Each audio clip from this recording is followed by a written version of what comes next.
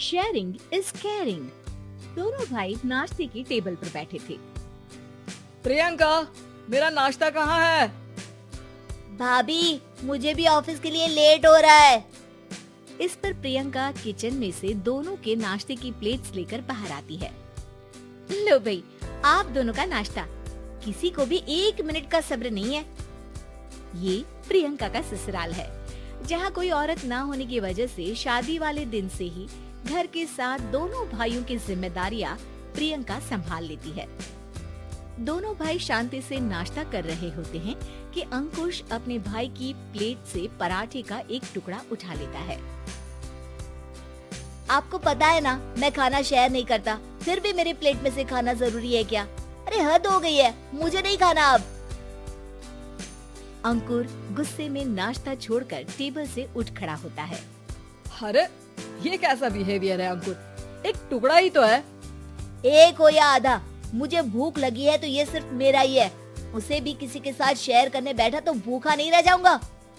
अरे बाबा ठीक है, अब इस पर भी लड़ाई। दूसरा बना देती हूँ, पर प्लीज ऐसे खाना बीच में छोड़कर मत जाओ, इससे अन्न का अपमान होता है। ओ प्लीज भाभी, ऐसी कोई चीज होती ही नहीं है। आपके पास पैसे हैं, खरीदो और खाओ। अगर नहीं खाया जाए तो फेंक दो। अरे दुनिया में सब यही करते हैं। अंकुर बैग उठाकर ऑफिस के लिए चला जाता है, जिसके पीछे उसका बड़ा भाई मायूस सा घर में खड़ा रह जाता है।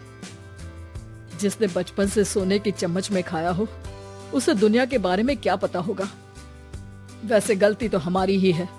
अगर कभी बचपन में ही सही गलत का फर्क सिखाया होता तो आज ये हाल नहीं होते। आप फिक्र क्यों करते हैं जी? भगवान है, वो जो भी करता है सबकी भलाई के लिए ही करता है, और जब वो चाहेंगे तो अपनी तरह से अंकुर भैया को भी सब कुछ सिखा देंगे। पत्नी की बात पर विश्वास कर अंकुश भी ऑफिस चला जाता है। सुबह से दोपहर होती है और अंकुर लंच करने ऑफिस के पास वाले रेस्टोरेंट में पहुंचता है, जहां वो एक साथ बहुत सारा खाना ऑर्डर कर देता है। सर, क्या कोई आपको ज्वाइन करने वाला है? नहीं तो क्यों? अब कुछ नहीं सर, ऐसे ही। वेटर चला जाता है और कुछ देर में अंकुर का ऑर्डर लेकर वापस आता है, जिस पर अंकुर सब डिशेस में से थोड़ा थोड़ा खाकर बाकी ऐसे ही छोड़कर बिल देकर चला जाता है। वाह भगवान, तेरी माया। कहीं कोई एक एक टुकड़े के लिए तरसता रहता है और ये 5 लोगों का खाना ऑर्डर करके एक का भी पूरा नहीं खाते। पैसे वालों की माया। वेटर टेबल साफ कर बचा हुआ सारा खाना लेकर रेस्टोरेंट के पीछे घूम रहे बच्चों के पास पहुंच जाता है, जिसे देख बच्चों के चेहरे खिल उठते हैं। वाह, आज इतना सारा खाना आया।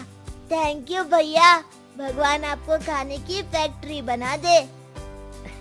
अगर ये फैक्ट्री मेरी होती तो तुम लोगों को कभी किसी का झूठा बचा हुआ खाना नहीं खाना पड़ता। चलो तुम लोग खाओ, पर ध्यान रखो किसी को पता ना चले, नहीं तो मेरी नौकरी चली जाएगी। इसी के साथ दिन बीतता है और रात को दोनों भाई एक साथ घर पहुंचते हैं। कुछ देर में सब डिनर करने बैठते हैं, जहां अंकुश अंकुर को समझाने की कोशिश करता है।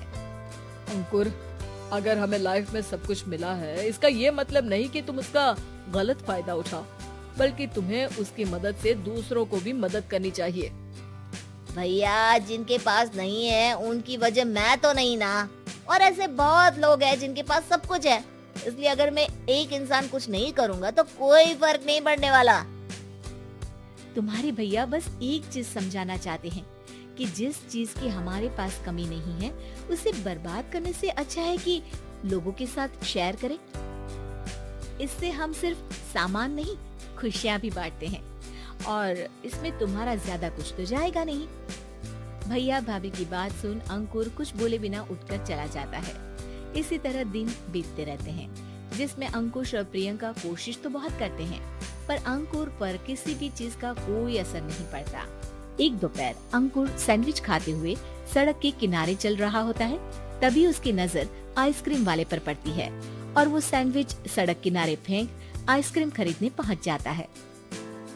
अब इसे कहते हैं जिंदगी का सुख। जैसे ही अंकुर आइसक्रीम लेकर पीछे मुड़ता है तो एक आदमी को सड़क से वही सैंडविच उठाते हुए देखता है। वो आदमी बहुत कमजोर, गरीब, जैसे बहुत दिनों से खाना ना खाया हो वैसा लग रहा था। अंकुर उसके पास जाकर खड़ा हो जाता है। उसे देखकर आदमी सैंडविच अंकुर की तरफ कर देता है। आपको भी खाना है क्या? क्या हम इसे आधा आधा कर ले? मुझे बहुत भूख लगी है। वो मेरा ही झूठा सैंडविच है, तुम दूसरा खरीद कर क्यों नहीं खा लेते? इसे क्यों खा रहे हो? अरे भैया, अगर खरीदने के पैसे होते तो 4 दिन से भूखा नहीं घूम रहा होता। हैं? क्या तुमने 4 दिन से कुछ नहीं खाया, फिर भी इस आधे सैंडविच को मेरे साथ बांटने के लिए तैयार हो गए? क्यों?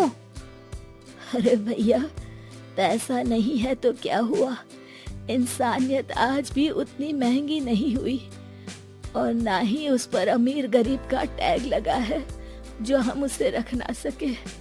पर अफसोस, आजकल लोगों के अंदर पोषण, खून या विटामिन से ज्यादा इंसानियत की कमी होने लगी है। आदमी की बातों से अंकुर को समझ में आ जाता है कि वो आज तक कितना गलत काम करता आ रहा था।